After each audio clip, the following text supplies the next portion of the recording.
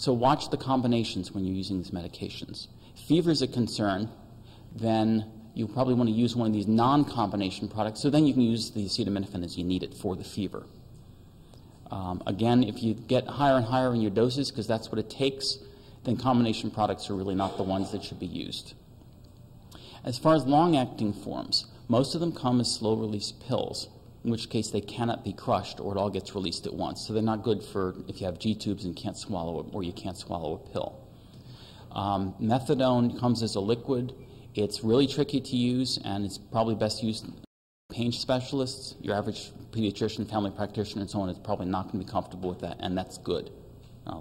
Speaking from both the literature and from lots of personal experience with that. So as far as other small things that can happen, say skin biopsies and so on, we tend to numb up the skin, and there are a few things that we try to do, and you can kind of keep in mind and talk to your doc about. A thinner needle hurts less. If you inject the local anesthetic more slowly, it hurts less. If it's lidocaine or xylocaine, all right, and you add a little bit of bicarbonate to it, all right, it's less acidic and hurts less when it goes in. And if you warm up the body temperature, now you're talking. Okay, so there are a number of things we can do just to make the injection of that, the injection itself, hurt less, so that then the biopsy, of course, is then pretty pain-free. Now, after something bigger, like a big surgery, the opioid medications are kind of the staple. That's what we use mostly. Ketorolac, unless you have major bleeding issues or erosive esophagitis or something like that, is very useful. We can do nerve blocks in folks with EB. There's no issue with that unless there happens to be active infection to the site that we want to inject. What you see pictures of here is on the left, we have what's called a patient-controlled analgesia pump, or PCA pump. It's a way that if you depress the button, you can give yourself a small amount of pain medication through usually an IV. All right, so that's one fairly common way of giving the pain medications. And on the right, you're seeing a picture of someone's shoulder where we've put in a nerve block catheter. He had a big procedure on his hand and wrist, and we were able to use this catheter to give some numbing medication and keep his hand numb for 3 days. So he essentially had no pain for 3 days, and then of course we had to take it out and send him home. So he had some pain, but by then it had decreased, and so using standard pain medications worked very nicely for him. So all these options are out there. Regional anesthesia in the pediatric world is something that's moving along and becoming more and more popular, so you're going to find that available in more and more places. For chronic pain, talking mostly systemic treatment as far as medications are concerned. So the opioids, the anti-inflammatory drugs like ibuprofen and so on are useful, the acetaminophen. And those are things, actually those two, somebody was asking me before, can be used together on the same day. They act differently and they have different side effects. And so if you need to give an acetaminophen and an ibuprofen, that's not a problem. Okay. Some of the old antidepressants can be useful for some of the nerve-related pain. If you're having pain and trouble sleeping, they tend to make you sleepy, so that can be useful. Each of these medications has their own list of side effects and has to be compared with any other medications you're taking because of possible interactions. That's sort of across the board for any medicine. The anticonvulsants or anti-seizure medications have some role in pain management, and I'll talk about their possible role in itching in a moment. And then topical treatments, putting on some lidocaine, the numbing medication, or morphine gel, which I'll get to in a second. Now, one of the things that worries about people about the strong pain medication is too much. So what I'm getting at with this slide is for those of you who might have taken some chemistry and you splash a bunch of base into an acid, if you do too much all at once, it goes boom. All right, and your lab partner gets real mad because they're picking shards of the container out of their chest. But if you drip it in slowly, you see the nice little color change, and it bubbles a little bit, and it fizzes, and then your professor says, good, you matched one against the other until they were equal. You get an A. Great. You can do the same thing with pain and pain medications. So if you're having a certain amount of pain and don't know how much it's going to take, you start low, and then you give a little more, and you go up and up until you reach that definition I gave you of enough. Where, yeah, you know what? This is working for me, but it's not making me too sleepy. It's not making me goofy. You know, I feel better without feeling bad. So that concept of starting low and working up is a really nice way of doing this safely. And it's one of the things I really emphasize when I talk to local docs.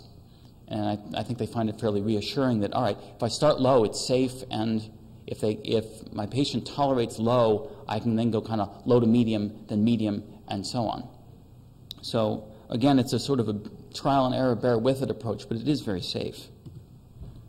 Now, as far as non-traditional pain medications, the old antidepressants, and some of the brand new ones, in which there's not much, in fact, there's no literature in EB for pain, can be useful.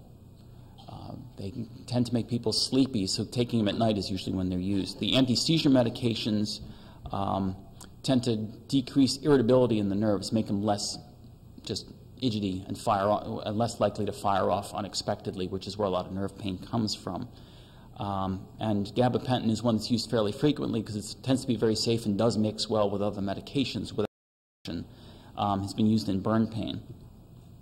Now, just a word on herbs. There are a number of herbs out there that work for a variety of purposes. And I think there's been a number of presentations out in the news about some of the new attempts to regulate them. And the reason why is because they do work, and that's because there's something in them that works. There are lots and lots of drugs that we use, anything from aspirin to chemotherapies and so on, that come from natural herbal preparations once you get them into the lab and purify them. So that means keep an eye out. Don't assume that just because it's natural that it's necessarily safe. I mean, snake venom is natural too. Yeah, I don't recommend it except for some very, very specific purposes. Bleeding is the most common of all the side effects of the various herbal preparations. And obviously with EB, if you've got a lot of wounds and you tend to ooze a lot, that may be an issue. The other things like sedation and so on may be an issue if you end up taking some of these medications along with some of the pain relaxation medications. As far as topical analgesics, if they're small, particularly painful wounds, then a little dab of the 2% lidocaine jelly might be useful. We don't know about absorption, so I tend to recommend only if it's very small lesions, because lidocaine can be toxic in significant ways if you were to slather it all over, because we don't know how much is absorbed. So for little lesions, like dime-sized and smaller types of things, and a few here and there, might be useful. Morphine gel, we've tried a few times. There's some literature from the skin ulcer population where putting it on 2 to 3 times a day has reduced the pain. And again, we don't know a lot about absorption, and it's usually used in people who are already on a fair amount of medicine, so that if they absorb it, they're already kind of tolerant to it. But that's something that we're starting to try a little bit more. Itching's obviously a big deal for a lot of folks. You know all the list of standard things that we use, the hydroxyzines, the Ataraxes, the diphenhydramine or Benadryl type things, the cetirizine or Zyrtec, loratadine, and so on. Different things for different folks, and sometimes people find it useful to rotate, a month on one or 2 weeks on one, then switch to another.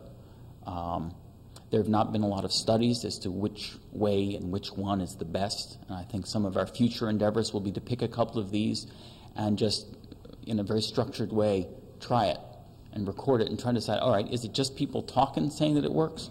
Or can we really make a good recommendation because we've tried it on 100 folks and 90 of them felt better? Some of the antidepressants can be useful. This is more for the older kids. Dosing in the really little ones is problematic. There is no guideline for the really little ones.